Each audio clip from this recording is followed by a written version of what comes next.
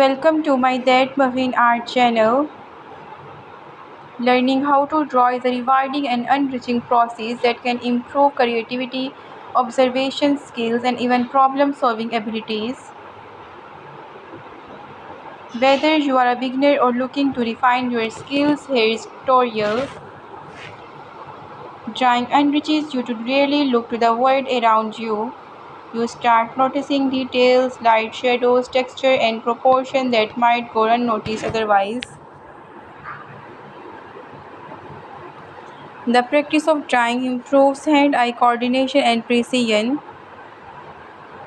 Creating a detailed drawing requires concentration, patience, and the ability to work through challenges.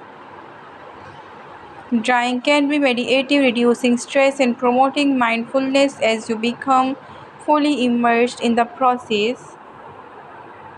Start with a range of pencils so you can draw different things from paper. Don't forget to subscribe my channel. An eraser is flexible and useful for lightening and shading areas without smudging. You can use different things and make different things by using papers.